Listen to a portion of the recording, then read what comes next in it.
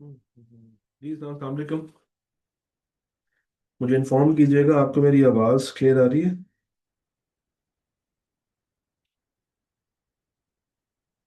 जी बताइएगा please. Voice clarity है?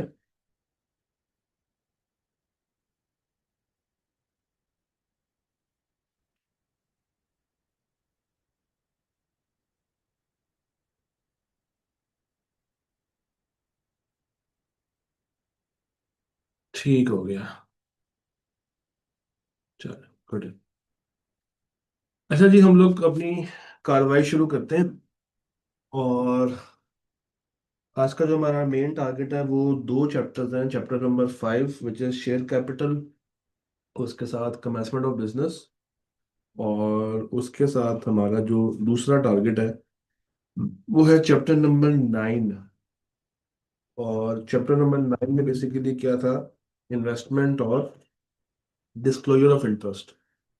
तो पहले हम लोग जरा शुरू करते हैं फ्रॉम चैप्टर नंबर 5 के क्वेश्चंस, पहले उसको डन करते हैं और फिर हम लोग ब्रेक करेंगे और फिर ब्रेक के बाद 9 पे जाएंगे इंशाल्लाह ताला।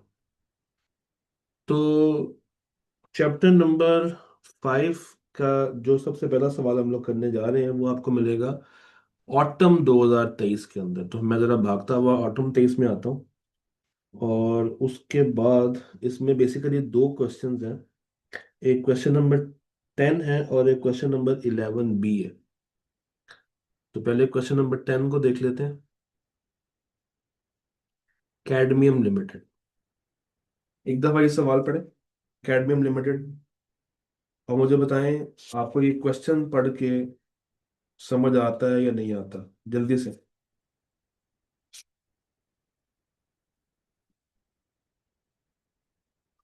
पहले एक दफा खुद से ट्राई करें, इसके पॉइंटर्स बनाएं और फिर हम इसको डिस्कस करते हैं। जल्दी से रीड कीजिएगा। Hurry up.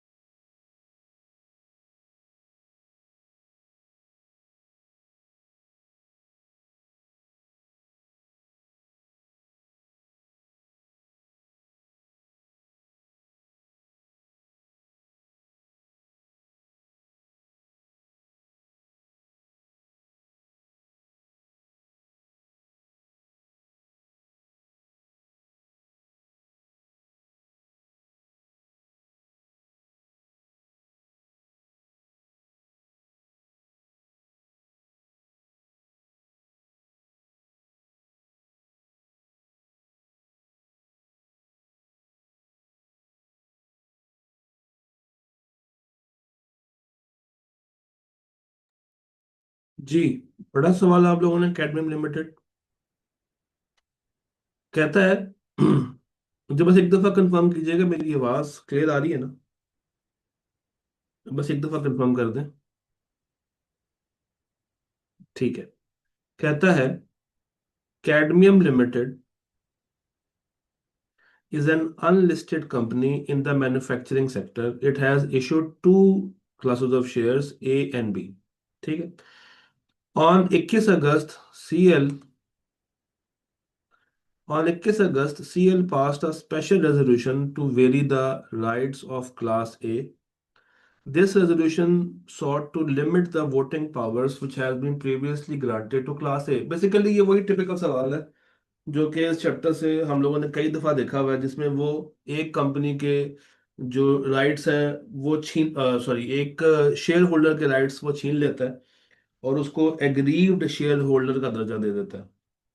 तो यहाँ पे भी कुछ ऐसा ही हो रहा है। सवाल आप लोगों ने पढ़ लिया होगा कि क्लास ए शेयर होल्डर जो है वो बेसिकली मुतमिन नहीं होंगे, और अब आपने उनको बताना है कि किस तरीके से वो अपील में जा सकते हैं। तो मुझे बताइए, अगर वो एग्रीव्ड फील कर रहे हैं या वो अगर एग्रीव्ड शेयर होल्डर हैं, तो किस तरीके से वो अप्लाई कर सकते हैं, क्या स्टैंडर्ड उनके प्रोटोकॉल्स हैं?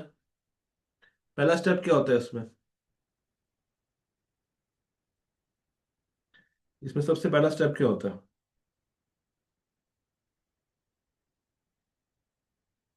हाँ जी, सबसे पहली चीज आपने देखनी कि क्या उनके पास 10% वोटिंग पावर है या नहीं। तो अगर उनके पास कम से कम 10% की वोटिंग पावर है, तो वो 30 दिनों के अंदर अंदर, यानी कि जिस दिन उनकी मीटिंग हुई है उससे 30 दिनों के अंदर अंदर वो अपील में जा सकते हैं। अच्छा, इसमें भी मजीद दो बातें थी। इसमें भी इसमें भी मजीद दो बातें थी कि उन्होंने कोर्ट को प्रूव क्या करना है, याद है आप लोगों को? भाई, कोर्ट उनकी बात क्यों मानेगा, कोर्ट क्यों उनके हक में फैसला देगा? नंबर वन, उनको फैक्ट्स के बारे में पता ही नहीं था। जब उनसे ये रेजोल्यूशन पास करवाई गई तो उनसे फैक्ट्स को छुपाया गया था। जब इनसे ये रेजोल्यूशन पास करवाई गई तो उन्होंने फैक्ट्स को छुपाया। और अगर इनको बता दिया जाता तो डेफिनेटली वो उसके अगेंस्ट वोट करते। यानी कि अगर इनको प्रॉपर फैक्ट्स के बारे में इल्म होता, मालूम होता कि फैक्ट्स बेसिकली थे क्या जो उनसे से छुपाए गए हैं, तो अगर इनके बारे में नॉलेज प्रॉपर इनके पास होती तो फिर उसके अगेंस्ट ही वो लोग वोट करते। तो ये वाली एप्लीकेशन अगर आप लोग देते हैं तो फिर कोर्ट जो है वो इनसे अ, राजी होके इनके हक में फैसला दे सकता है।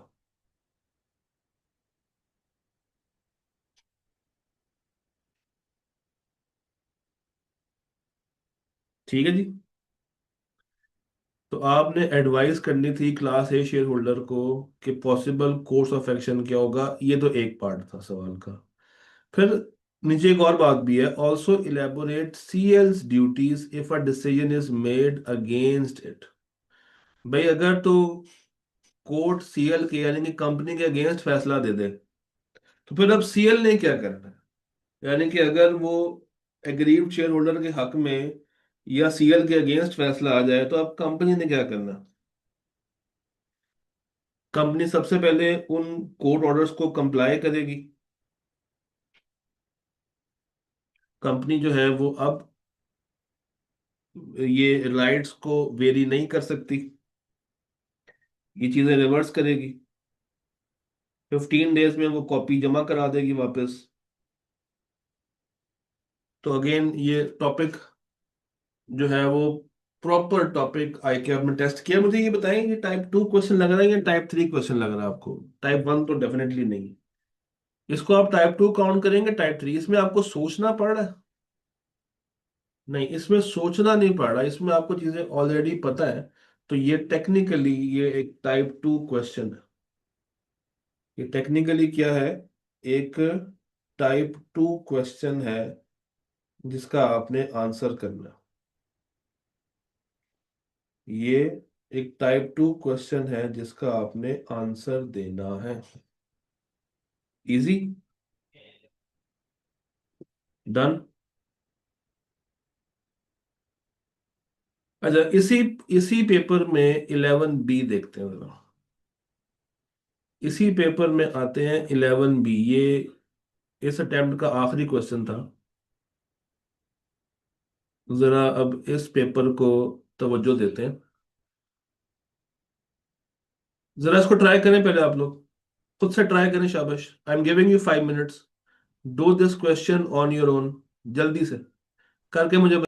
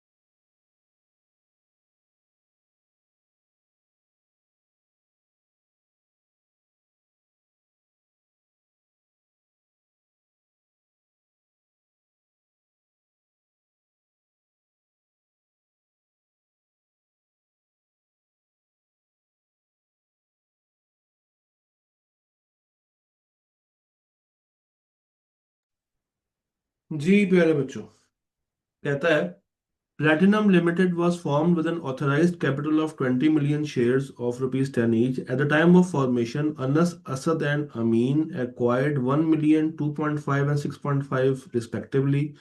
Together, these represent total paid up capital. जरा इसको ऐड कीजिएगा, 6.5, 7, 8, 9, 10। तो ये तो कम नहीं बन रहा। ये प्रॉपर बन रहा। किसी ने चेक किए?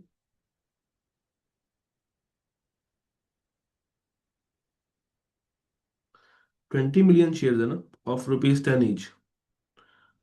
और इन्होंने जो एक्वायर किए हैं वो 1 मिलियन, 2.5 एंड 6.5 है। तो ये फर्क क्यों आ रहा है? क्या ये 20 पूरे नहीं होने चाहिए थे? डिफरेंस किस चीज का आ रहा है? तो डिफरेंस क्यों है? 10 का डिफरेंस क्यों आ रहा है? ये तो पूरे होने चाहिए थे। तीन तो लोग हैं। Why there is a difference? कौन देगा इसका जवाब? ओ भाई, ये तो ऑथराइज्ड है। और ऑथराइज्ड और टोटल क्या हमेशा सेम होता है पेड अप? ऑथराइज्ड और पेड अप क्या हमेशा सेम होता है? नहीं होता। और पेड अप मैक्सिमम कितना हो सकता है ऑथराइज तक? पेड अप मैक्सिमम कितना हो सकता है ऑथराइज तक? सो ये मसला नहीं है। चले आगे चलते हैं। कहता है जी, असद भाई जिनके पास 2.5 मिलियन शेयर्स थे, उन्होंने आधा मिलियन बेच दिया है अरकम को, तो टेक्निकली चार लोग बन गए। और चूंकि उसने अपने में से बेचा है तो अभी भी वो 10 पे ही खड़ा हुआ है। ठीक है। पीएल ने एक ईओजीएम बुलाई है और वहां पे एक रेजोल्यूशन पास की है to increase the paid up capital and dissolved in an alteration in its articles of association, setting the minimum shareholding requirement for each of the shareholder to 2 million। ये पैराग्राफ क्या कहना चाह रहा है? ये paragraph क्या कहना चाह रहा है? ये पैराग्राफ को कोई मुझे आसान करके बता सकता है आप में से? इस पैराग्राफ की क्या नीड है? वो अपना आर्टिकल्स चेंज करने में इंटरेस्टेड है, मगर क्यों?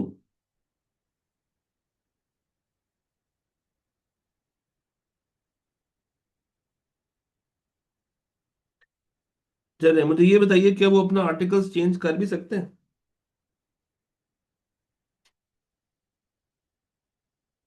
क्या वो अपना आर्टिकल चेंज कर भी सकते हैं?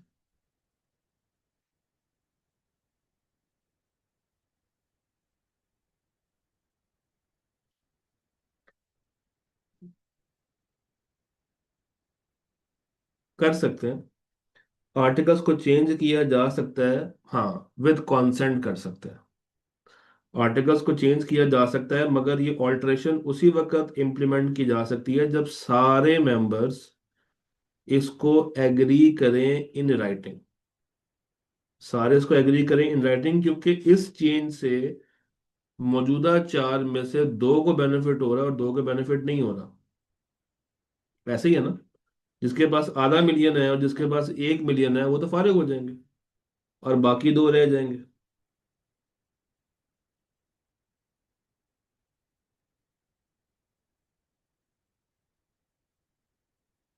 तो अगर ये डिसाइड करते हैं, लेट से अगर ये डिसाइड करते हैं कि ठीक है, विद कॉन्सेंट आते हैं, तो फिर जो बाकी दो हैं जो इसको अभी मीट नहीं कर पा रहे हैं रिक्वायरमेंट को, उनको क्या एडिशनल शेयर्स खरीदने पड़ेंगे, सब्सक्राइब करने पड़ेंगे?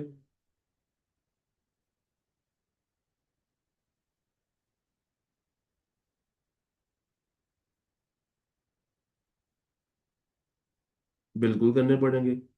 और फिर इनकी शेयर होल्डिंग रेशो बदल जाएगी।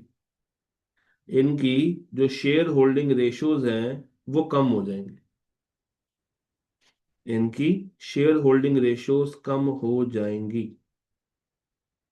तो आप वो शेयर होल्डिंग रेशो निकाल भी सकते हैं अगर निकालना चाहें। अगर आप विदाउट उसकी वर्किंग करके अपना आंसर लिखना चाहते हैं तो भी ठीक है। कोई टेंशन वाली बात इसमें नहीं है।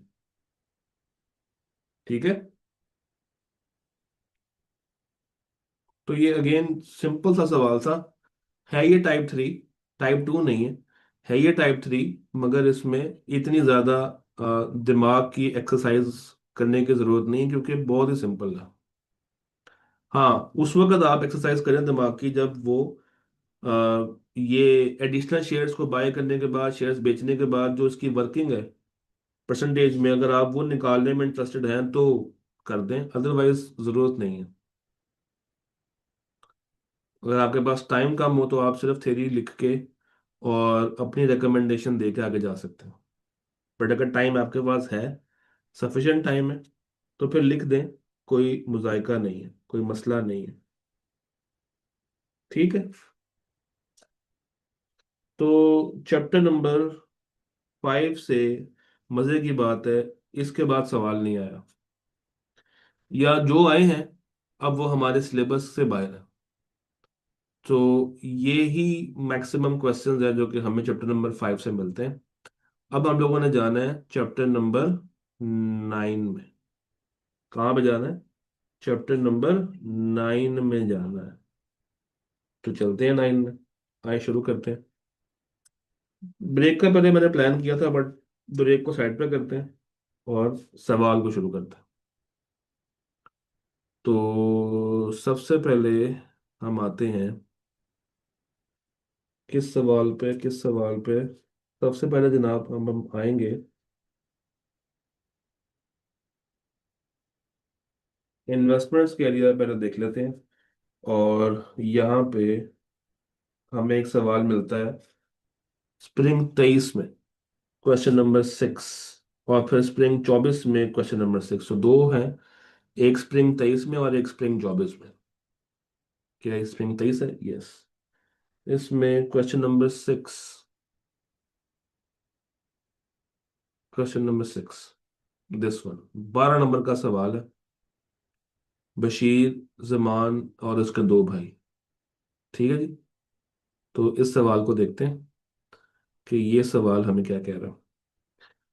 रिक्वायरमेंट पहले पढ़ लेते हैं। Under the provisions of the companies act advice. अब देखें, वो कह रहा है कि आपने मशवरा देना है, तो आपका जवाब भी उसी तरीके से बनना चाहिए जिसमें आप मशवरे के एंगल से आ रहे हो। Advise the boards of NTL and ARL. ठीक है, ये एक एनटीएल होगा और एक एआरएल होगा ऊपर।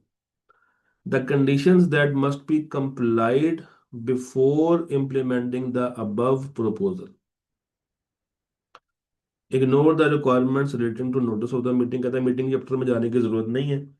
तो आपने एडवाइस करना है दोनों बोर्ड्स को कि कौन सी कंडीशंस पूरी करनी है उनकी दी हुई प्रपोजल को इम्प्लीमेंट करने से पहले। नोटिस की बात को आपने इग्नोर कर देना। Bashir Zaman and his two brothers Nadeem and Faheem are the only shareholder of Nakeen. Bashir Zaman के पास 20 मिलियन है, नदीम के पास 30 है, फहीम के पास 45 है, और ये तीनों ही बस शेयर होल्डर हैं किसके? एनटीएल के। Bashir Zaman also holds 2 million shares in Axis private limited. ARL में भी उसके शेयर्स हैं। The other shareholders of ARL are Tahir, उसकी डॉटर नसीरा और उसका माइनर बच्चा रऊफ, हु रिस्पेक्टिवली होल्ड्स 8, 37 और 3 मिलियन शेयर्स। तो अभी तक तो वो शेयर होल्डिंग, या एक टर्म यूज होती है कैप टेबल, अभी तक तो वो सिर्फ कैप टेबल के बारे में हमें कहानी सुना रहा है। In the latest election of directors, Tahira, नहीं, ताहिर और Nasira were reelected as director of ARL. अच्छा, सोने पे सुहागा, Bashir Zaman got married to Nasira. लें जी, जैसे ही वो डायरेक्टर बनी, बशीर जमान का उस पर दिल आ गया और वो उससे शादी कर बैठा। एक शेयर होल्डर एआरएल में एक दूसरे शेयर होल्डर के साथ शादी कर रहा है। The following proposals are under consideration. The grant of loan of rupees 50 million by NTL to ARL. The loan will be repayable 5 साल में। The sale of products by ARL to NTL on a special credit term of 6 months। जी। क्या इसका जवाब देना पसंद करेंगे?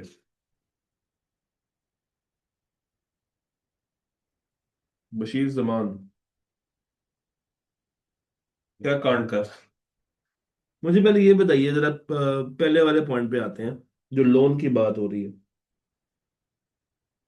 अब जरा मुझे बताइएगा, बशीर जमान के पास कितने शेयर्स डायरेक्टली हैं NTL के? कितने शेयर्स हैं उसके पास NTL के? 20 है ना? अगर मैं इसको रेशो में लेके जाऊं, अगर मैं इसको रेशो में लेके जाऊं तो मैं कैसे करूंगा? 20 तो नंबर ऑफ शेयर्स है ना, अगर मैं इसको परसेंटेज में निकालूं तो कितने परसेंट का मालिक है वो NTL में? 20 + 35 + 45 ऐड करेंगे क्या आता है? 45, 50, 80, 100। तो 20 ÷ 100 × 100, क्या ये 20% डायरेक्टली होल्ड कर रहा है? क्या आपका आंसर 20% आता है? बशीर जमान क्या 20% शेयर होल्ड कर रहा है NTL में? अच्छा, अब मजे की बात तो ये है कि वो तो NTL में डायरेक्टली 20% शेयर होल्ड करके बैठा हुआ है। मजा उस बात का है कि आप मुझे बताएं कि ये ARL में कितने परसेंट की शेयर होल्डिंग रख के बैठा है? ARL में कितने परसेंट की शेयर होल्डिंग रख के बैठा है, डायरेक्टली भी और इनडायरेक्टली भी? 2 million, 2 million plus 8 million plus 37 million plus 3 million और उसका 2 मिलियन। तो अगर मैं इसी तरह से निकालूं तो ये बनती है अराउंड 4%। ये बनती है अराउंड कितने परसेंट? 4%। ये तो कर रहा है डायरेक्टली। सवाल ये है कि इनडायरेक्टली भाई साहब कितने परसेंट शेयर होल्ड कर रहे हैं, क्योंकि अब तो एक शेयर होल्डर के साथ उनकी शादी शादी भी हो गई। तो ये नसीरा के थ्रू कितने परसेंट शेयर होल्डिंग रख के बैठ गए हैं अब? निकालें जरा। मुझे आपने इसकी इनडायरेक्ट वर्किंग निकाल के देनी है, और फिर आपने मुझे उसका टोटल बताना है कि टोटल इसके पास कितने शेयर्स हैं इसके ARL के। जरा बताइए मुझे।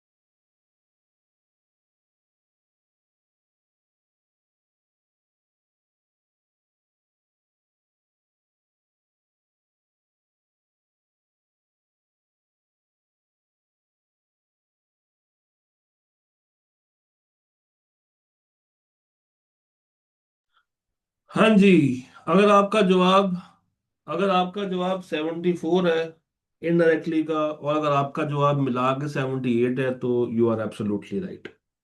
74 कैसे आया?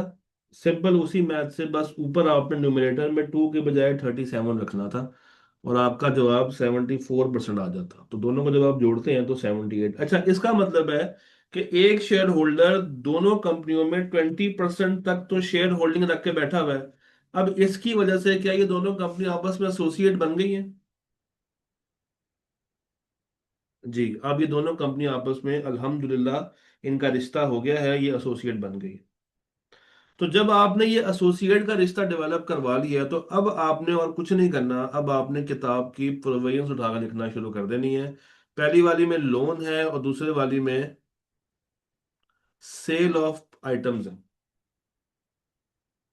तो सर लोन, लोन एक कंपनी अपनी एसोसिएट को लोन देना जा रही है 5 साल के लिए। तो इसमें पहला स्टेप क्या होता था? सबसे पहले हम लोग क्या पास करते हैं? सबसे पहले क्या पास की जाएगी? सबसे पहले मुझे बताएं ना, क्या पास करेंगे? स्पेशल रेजोल्यूशन पास करेंगे।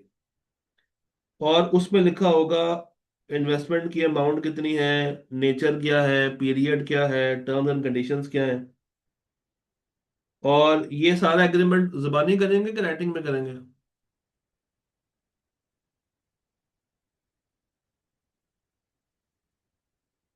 और राइटिंग में क्या क्या लिखेंगे? उसका नेचर, पर्पस, रेट, फीस कितनी है, कमीशन कितनी है, पेनल्टी कितनी होगी, सिक्योरिटी क्या है। ये सारी चीजें इन राइटिंग लिखी जाएंगी। अच्छा, अगर ये लोन किसी से मांग के दे रहे हैं तो वो बोरिंग कॉस्ट का रूल क्या होता था? कि जहां से लोन लिया हुआ है कम से कम उतना तो रिटर्न मिले, ताकि आपको नुकसान ना हो। अगर ये एनटीएल वाले लोन की अमाउंट किसी बैंक से लेके आगे दे रहे हैं तो हाँ, तो जो रेट ऑफ इंटरेस्ट है दैट शुड बी इधर इक्वल और more than the borrowing cost. या बराबर हो या उससे ज्यादा हो। और ऑब्वियसली ड्यू डिलिजेंस करना है, फाइनेंशियल हेल्थ देखनी है, वो सारी बातें। तो अब ये देखें, ये टाइप 2 सवाल है बेसिकली। सिर्फ इसमें आपने एक कैलकुलेशन करनी थी और दोनों कंपनियों के दरमियान रिश्ता देखना था। इसके अलावा इसमें कोई भी चीज सोचने वाली नहीं है। ये टाइप 2 क्वेश्चन है कि आपने सिंपल लोन वाली सारी बातें बता देनी थी। और नीचे sale of a product from one company to another company, जो कि उसकी एसोसिएटेड कंपनी है, इसमें क्या आएगा? अच्छा, वो 6 महीनों के उधार पे दे रहे हैं, तो क्या ये आर्म्स लेंथ ट्रांजेक्शन मानी जाएगी? क्या ये हर एक को 6 महीने के उधार पे सामान देते होंगे? भाई, क्या ये हर कंपनी को 6 महीने के उधार पे सामान देते होंगे? क्या ये आर्म्स लेंथ ट्रांजैक्शन? स्पेशल लिखा हुआ ना, इसका मतलब है कि आर्म्स लेंथ नहीं है। स्पेशल लिखने का मतलब ही यही है कि ये ट्रांजैक्शन आर्म्स लेंथ ट्रांजैक्शन नहीं है। ये ट्रांजैक्शन आर्म्स लेंथ ट्रांजैक्शन हरगिज नहीं। तो जब ये आर्म्स लेंथ नहीं है तो सर फिर से किताब की बातें शुरू कर दें। हाँ जी, बोर्ड की पॉलिसी के मुताबिक होगा। इंटरेस्टेड बंदा इसमें बैठेगा नहीं। अगेन अब आपने यहां से क्रैमिंग शुरू कर देनी है। अब देखिए, 12 नंबर का सवाल है। और 12 नंबर के आप मुफ्त के नहीं आ रहे यहाँ पे? मुझे खुद बताएं, क्या ये 12 नंबर मुफ्त के नहीं है? हैं कि नहीं?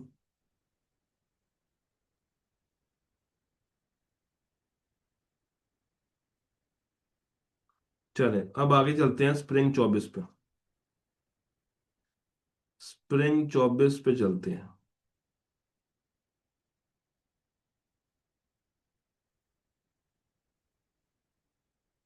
स्प्रिंग 24।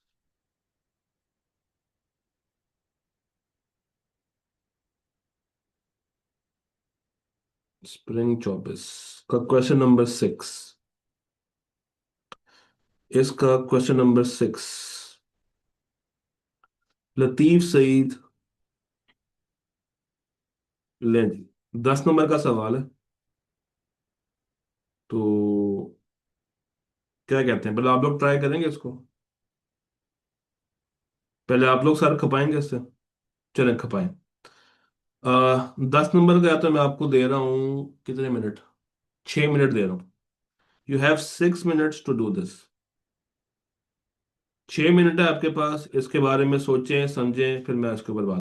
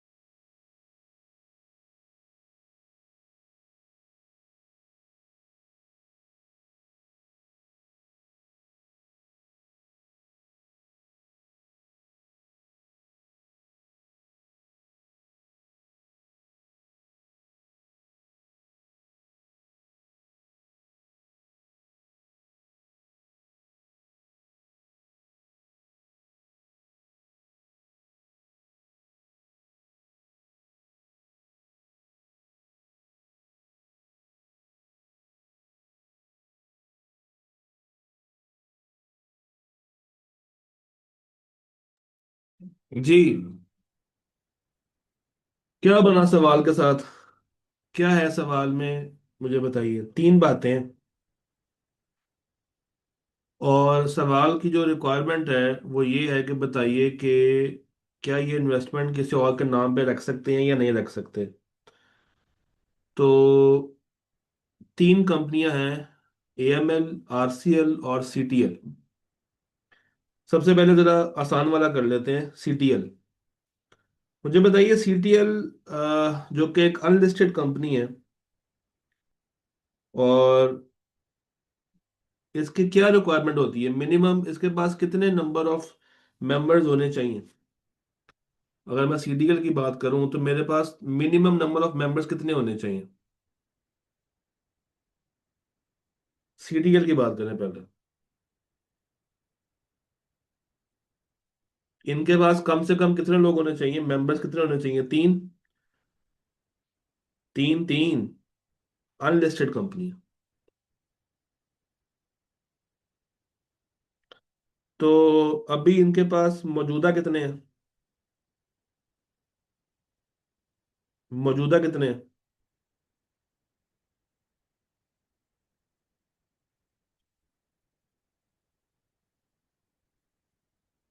दोबारा देखें जरा।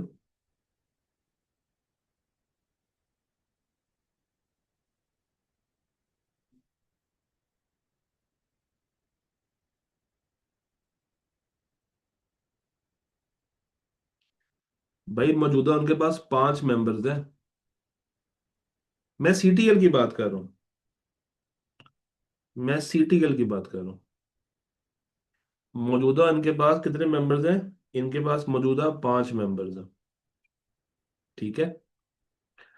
तो अगर उनके पास मौजूदा पांच मेंबर्स हैं, तो मुझे ये बताइए, काइम रहील, एक FCL director nominated as a member of CTL, holds only one share.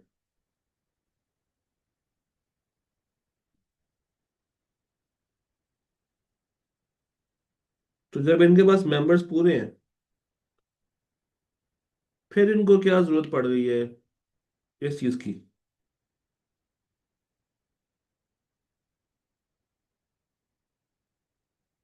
Nomination करने की?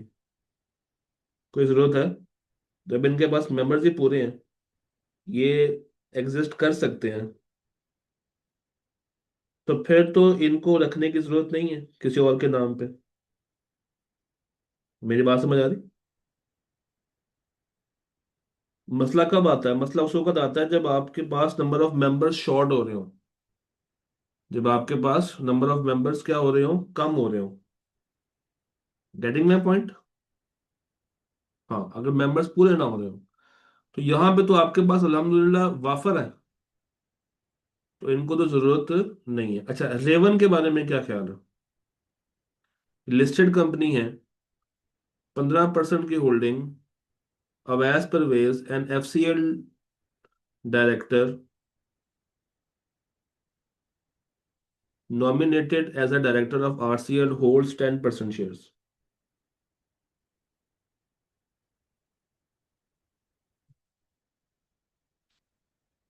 हाँ जी। इसमें क्या किया?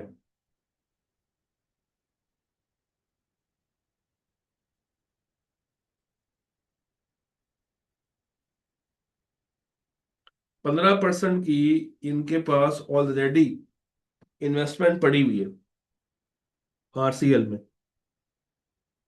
और एफसीएल जो है उसने अवैस परवेज को नॉमिनेट किया है कि वो जाके आरसीएल के बोर्ड पे बैठे।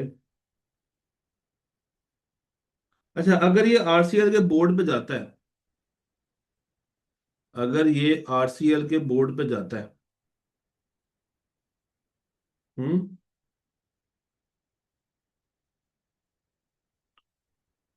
तो सात मेंबर्स पूरे हो जाएंगे।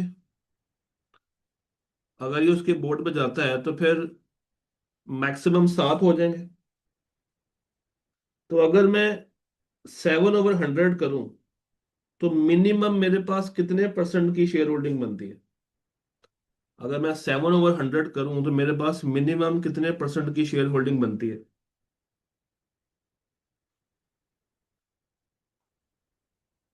हाँ, मिनिमम 7/100 करें। यानी कि मेरे पास कम से कम कितने परसेंट ऑफ शेयर होल्डिंग होने चाहिए? मेरे पास कितने उसकी शेयर होल्डिंग होनी चाहिए?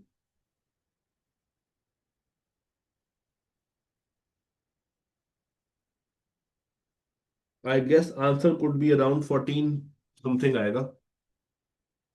14 समथिंग आना चाहिए। 100 डिवाइडेड बाय 7। 100 तकसीम 7 करें जरा।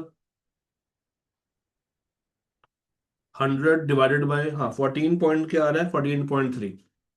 और ये कितने परसेंट शेयर्स लेकर आ रहा है? 15%।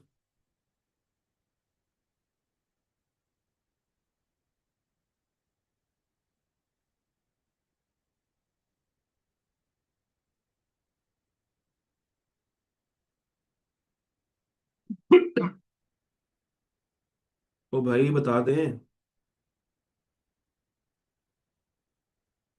Holds 10% shares. होल्ड कितने परसेंट शेयर्स हैं? 10% शेयर्स।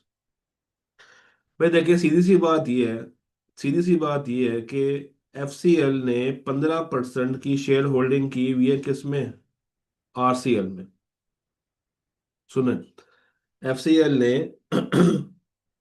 एफसीएल ने 15% की इन्वेस्टमेंट की हुई है किसमें? आरसीएल में।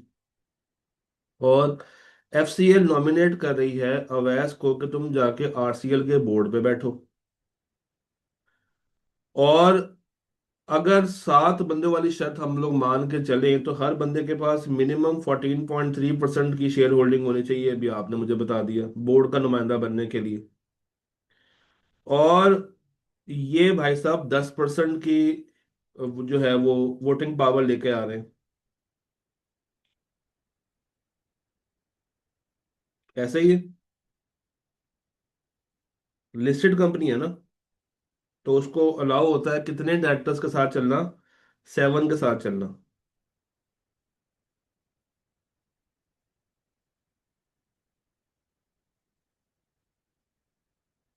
बस इसमें देखना ये होगा कि आपका जो एओए है, जो आपके आर्टिकल्स हैं, वो इस चीज को अलाउ करते हैं या नहीं करते।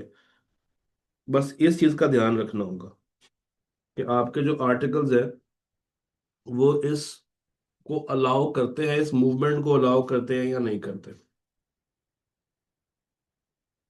ये है टिपिकली टाइप 3 क्वेश्चन जिसमें आपको सोचना पड़ रहा है। ये इतना आसान नहीं है। अच्छा, एल्बेट्रोस मोटर बाइक्स एएमएल एक अनलिस्टेड कंपनी है और एफसीएल का इसमें 100% की शेयर होल्डिंग है, तो क्या मैं इसको होली ओन सब्सिडरी कह सकता हूँ? क्या मैं इसको होली ओन्ड सब्सिडरी के नाम से पुकार सकता हूँ? ठीक है, पुकार लेते हैं। कहता जी एएमएल जो है वो होली ओन्ड है। अब चूंकि ये पब्लिक अनलिस्टेड है तो इसके पास कम से कम कितने मेंबर्स होने चाहिए? 3। 3 होने चाहिए। तो अब एक तो इसके पास 100% वाला आ गया, बाकी दो कैसे लाए? भाई एक उसके पास कौन सा आ गया? 100% वाला। बाकी दो कैसे लाए? बाकी दो के लिए मुनीर नूर है और सलमान तनवीर है। एक मुनीर है और एक सलमान है। दो एडिशनल मेंबर्स चाहिए 3 का कोरम पूरा करने के लिए। तो उनको नॉमिनी बना के डाला जा सकता है। अगर एक एक शेयर भी दे के भेजे अगर एक एक शेयर भी दे के भेजे तो ये दोनों को अपॉइंट किया जा सकता है। क्योंकि एक के पास 100% की शेयर होल्डिंग है तो मुझे कम से कम तो 3 लोग चाहिए ना। क्योंकि दूसरी साइड पे कंपनी कौन सी है? Unlisted company. तो मुझे 3 का कोटा पूरा करना, तब जाके मेरी दाल गलेगी, वरना नहीं गलेगी।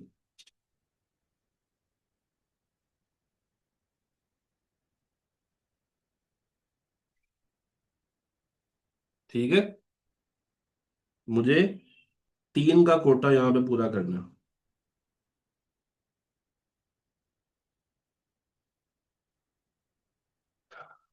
ठीक है जी। हाँ जी, अदरवाइज वो बिल्कुल ऐसे ही। वो सिंगल मेंबर बन जाएगी। ठीक है जी, यहीं तक रखते हैं।